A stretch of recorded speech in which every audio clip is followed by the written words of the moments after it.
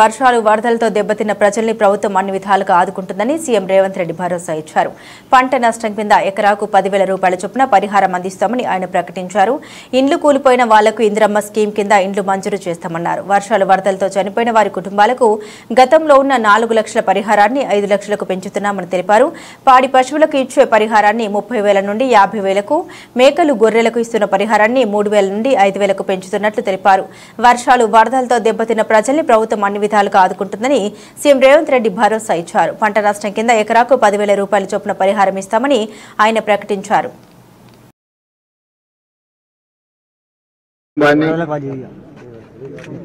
వాళ్ళని పరామర్శించి వాళ్ళ కుటుంబానికి ఒక ధైర్యాన్ని రాష్ట్రం ప్రభుత్వం ఇవ్వాలన్న ఆలోచన, అదేవిధంగా తండ్రి కూతుళ్లకు రాష్ట్ర ప్రభుత్వం నుంచి వారు మరణించడం విషాదకరమైన సంఘటన. ఇప్పుడు వాళ్ళ తల్లి మాత్రమే ఉండడం, వాళ్ళ అబ్బాయి మిగిలినరు.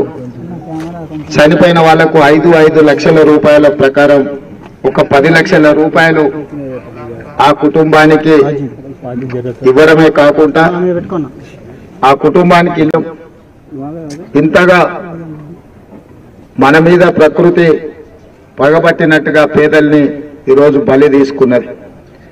అన్ని రకాలుగా ముందస్తు చర్యలు తీసుకున్నా కొంత ప్రాణ నష్టం, కొంత ఆస్తి నష్టం, ప్రభుత్వ ఆస్తులు, ప్రైవేట్ ఆస్తులు కూడా నష్టపోవడం జరిగింది.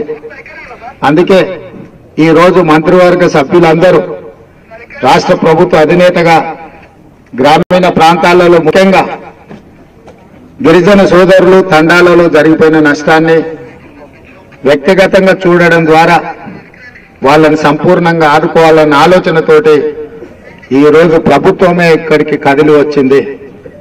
ఇక్కడికి వచ్చిన సందర్భంగా సీతారామ తండావాసులు ఈ పక్కన ఇంకా 2 తండాలు ఇదే విధంగా ఎప్పుడు అధిక వర్షాలు వచ్చినా ముంపున గురవుతున్నాయి. మేము ఎక్కడైనా సురక్షిత ప్రాంతంలో మేము ఇల్లు కట్టుకొని అక్కడికి తరలిపోతామని చెప్పి ఈ స్థానిక శాసనసభ్యుడు ఇక్కడి ప్రజలు నా దృష్టికి తీసుకొచ్చిండ్రు. నేను కలెక్టర్ గారికి ఆదేశాలు ఇస్తున్నా. ఈ 3 తండాలను ఒకే దగ్గర ఒక పెద్ద గ్రామ పంచాయతీగా నిర్మించడానికి స్థలాన్ని, అదేవిధంగా దానికి సంబంధించిన లేఅవుట్, వాళ్ళందరూ కూడా అందరు గిరిజనులే కాబట్టి వాళ్ళందరూ కూడా ఇందిరమ్మ ఇండ్లు మంజూరు చేస్తే వాళ్ళందరూ కూడా అక్కడ నివసించడానికి, వాళ్ళకు అవసరమైన కాలనీ నిర్మించడానికి అవకాశం ఉంటుంది. కాబట్టి నేను ఇన్ఛార్జ్ మినిస్టర్ శ్రీనివాస్ రెడ్డి గారికి, జిల్లా మంత్రి సీతక్కకు, కలెక్టర్ గారికి, సంబంధిత అధికారులకు నేను సూచన చేస్తున్నా.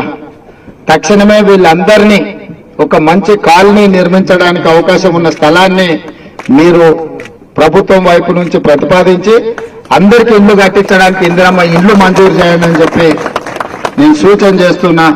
తక్షణమే ప్రభుత్వం యొక్క అనుమతి కోసం ఆ వివరాలు తీసుకొస్తే వాటిని మంజూరు చేద్దాం.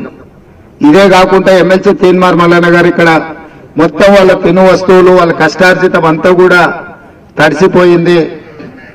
కట్టుబట్టలతో ఈరోజు వాళ్ళు నిలబడాల్సిన పరిస్థితి వచ్చింది అన్నారు. కలెక్టర్ గారికి నేను ఆదేశాలు ఇస్తున్నా.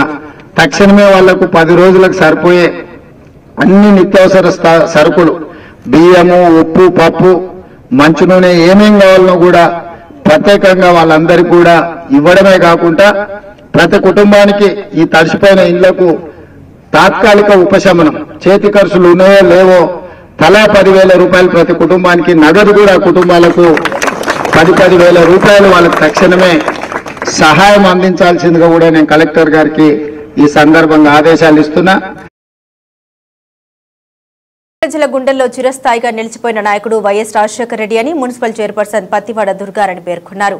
మండపేట పట్టణంలో సోమవారం మాజీ ముఖ్యమంత్రి స్వర్గీయ వైఎస్ రాజశేఖర రెడ్డి 15వ వర్ధంతిని ఘనంగా